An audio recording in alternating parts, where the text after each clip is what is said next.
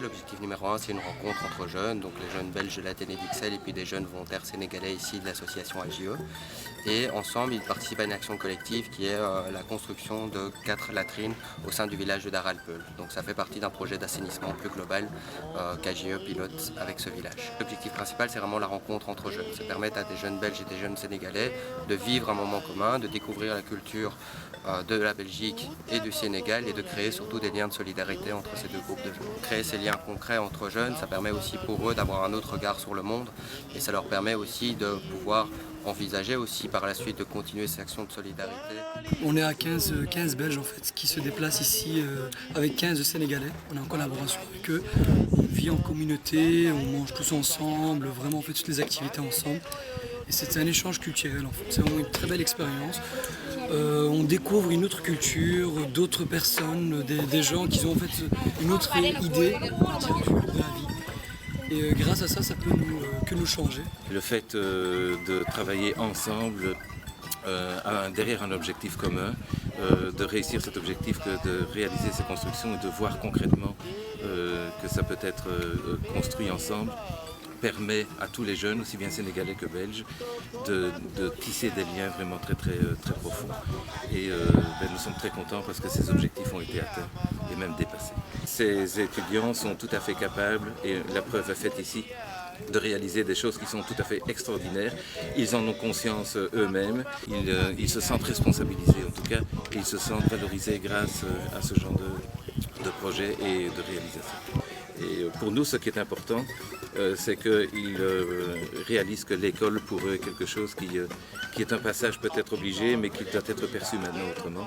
Je ne croyais pas qu'il allait me faire beaucoup de bien.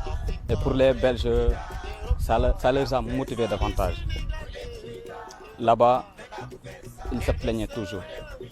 Tout en ignorant, il y a un peuple derrière qui n'a pas les moyens nécessaires, mais ne se plaint pas.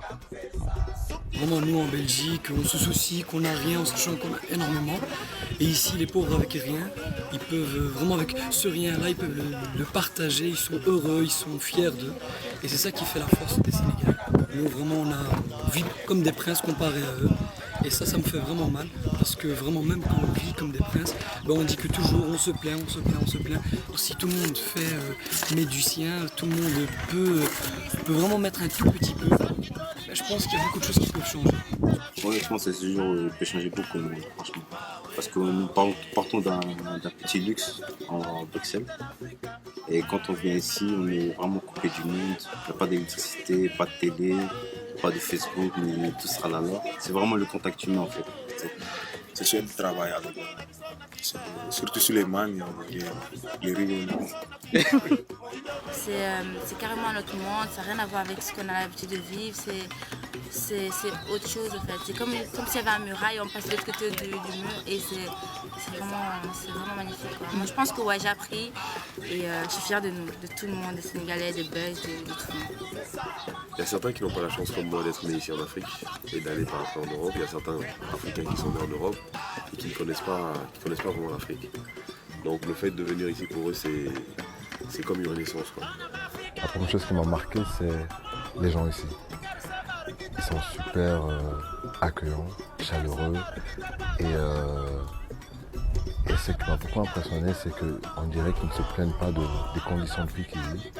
Quand vous entendez qu'ils vous disent qu'il y en a qui marchent carrément à pied 20 km pour aller à l'école, tandis que nous on a des transports en commun et on se plaint même d'aller à l'école.